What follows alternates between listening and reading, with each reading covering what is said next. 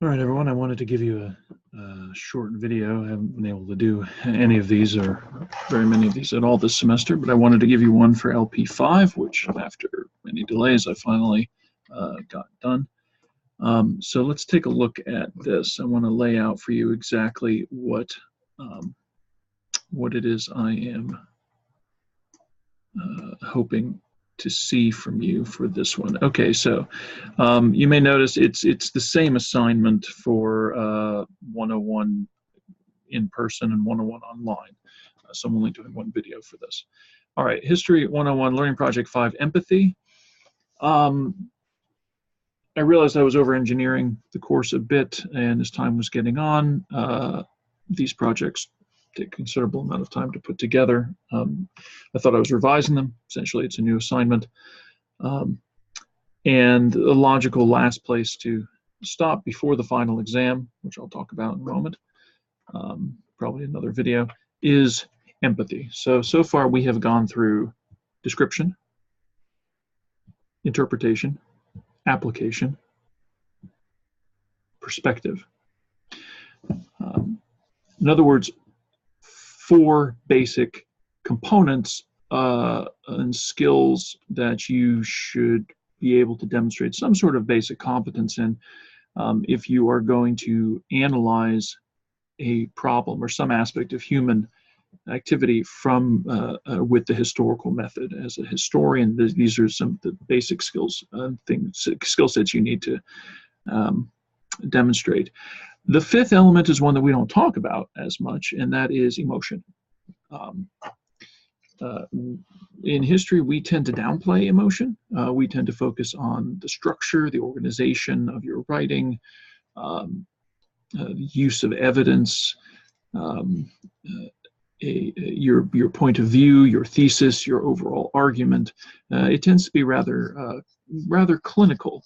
In fact, it's perhaps it's a holdover from the 19th century ideas about writing history, in which you should approach a subject with as little emotion as possible.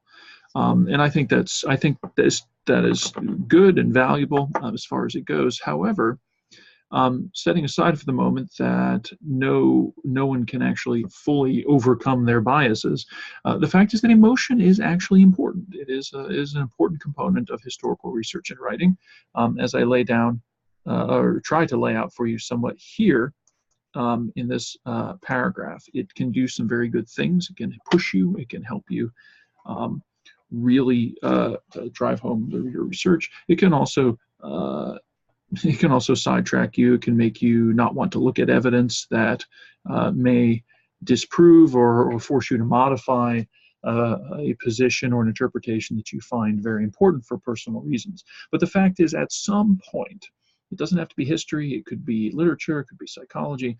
At some point, you will engage with a project, engage with a problem which you feel very personally invested in. So training for this is not a bad thing.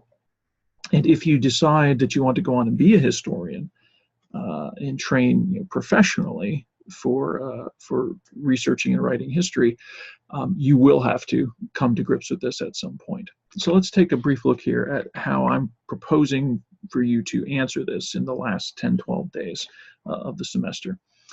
History 101, as I note, is a bit harder to sort of harness emotion in, because in the 1600s they don't have videos, of course, or photographs. So I've done the best I can here, and what I want you to do is write an essay of 1,000 to 1,500 words. If you're closer to 1,000 than 1,500, that doesn't matter. I want to see that you are actually engaging the things that you have learned up to this point, and that you are seriously looking at the sources and considering the perspectives of the people in them. I lay out precisely what I'm expecting in this essay, and at the end I lay out more completely the criteria in which I will evaluate it. Your task is to choose an event. I give you 1, 2, 3, 4 possible events to look at here.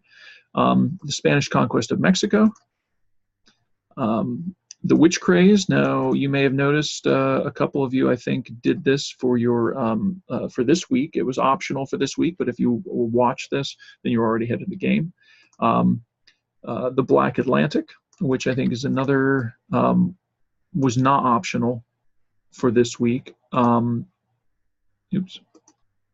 And that's another option. Particularly, we're going to look particularly at Bacon's Rebellion, which Henry Louis Gates Jr. doesn't really address per se, but you can set it in the larger, in the much larger context of his presentation. And then finally, The Soldier Experience in an Age of Growing Absolutism, focusing on the 30 Years' War. Man, that is not a good title. I need to revise that. Essentially, it's the 30 Years' War. And for that, you have a short documentary in the Battle of Lutzen, which focuses on the common soldier. Your outcome, I want you to write an essay. You address this historical topic from the point of view or of the group or individual who's the subject of the documentary. I decided to make it due May 8th because why not? It's open till May 9th, but you want to be done. I want to be done. I can't have it due any later than that because I actually need to grade them. And then I lay out how I'm going to evaluate you. Essentially, there's a category for each of the 4 previous learning projects, plus the complete assignment, attention to grammar, structure, and citation. As far as primary sources, you need to use the documentary, and you need to use at least 2 primary sources, which I lay out here. The Witch Hunts, Hanover College's collection, very thorough. The Black Atlantic, there's several things here. The Virginia Laws on Slavery, set of sources on Bacon's Rebellion. Each of these, this does not count as a single source. This is a collection of sources. Let's take a look.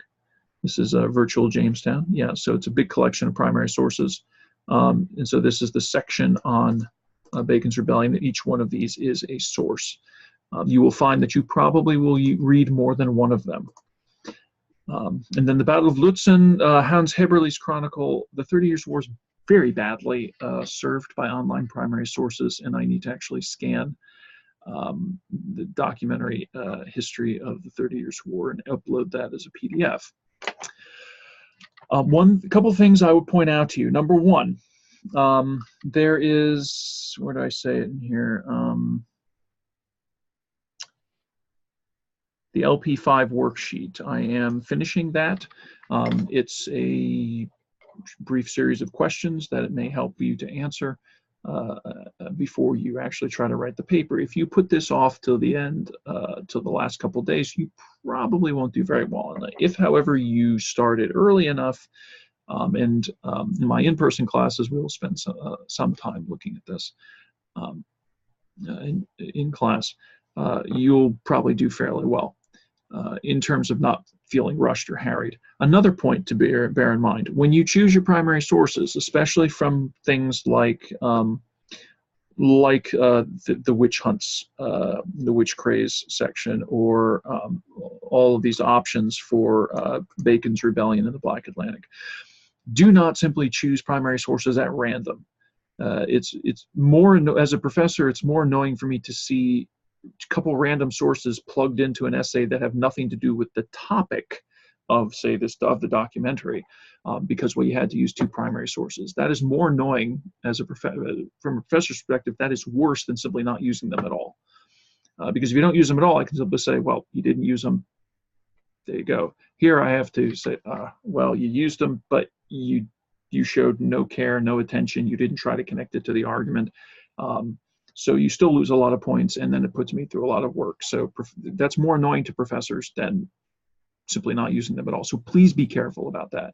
You're going to want to take, if you haven't watched the documentary yet, you're going to want to take some time, watch it, note some timestamps, jot down things that are interesting to you, monitor your reactions, your interest level.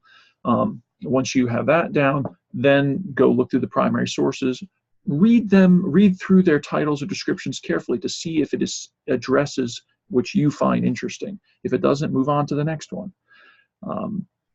And then your essay should be able to explain what the historical topic is that you're looking at, who the specific people you are studying are, and how they connect to the question you're trying to answer and the topic you're discussing. And that should be, hopefully it should be pretty straightforward. Okay, and we're going to stick with MLA citation. Future courses will enjoy Chicago style citation, but right now we're going to stick with MLA. So that means you need to come up with a relevant short title to identify the source you're using when you put your citation in parentheses. So for this, you could simply say documentary. If you're doing the Black Atlantic, you want to say Gates, the Black Atlantic, timestamp. So hopefully that helps clear some things up, and look forward to handling or addressing your questions as time goes on. All right, thanks very much.